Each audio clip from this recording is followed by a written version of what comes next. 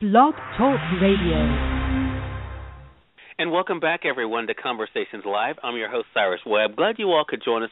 Eric Focht is making his first appearance on our program today to talk to us not only about the journey in his life that led him to write the book For the Record, but what it's been like for him to share his life with the world and to see the way the people around the world are responding to it.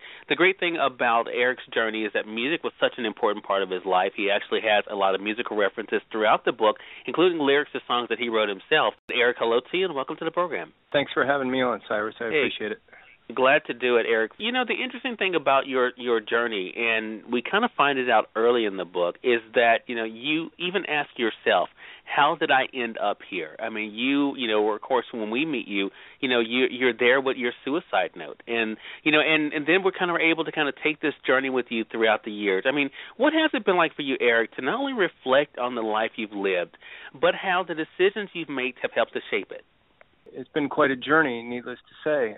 You go through a difficult period, realizing all that you've gone through and all that you've become as a result of years and years of conditioning, whether it's from a bad upbringing in school or kind of a vapid upbringing with being a preacher's kid and being adopted and having no sense of self. And, reflecting upon that, you just kind of come out of that feeling, well, what has led me to the point of where I feel I have no connection to society or to anything? And you realize that you just have to dig deep and find that one thing that keeps you going. And for me, it was the music. Right. It was all about the music.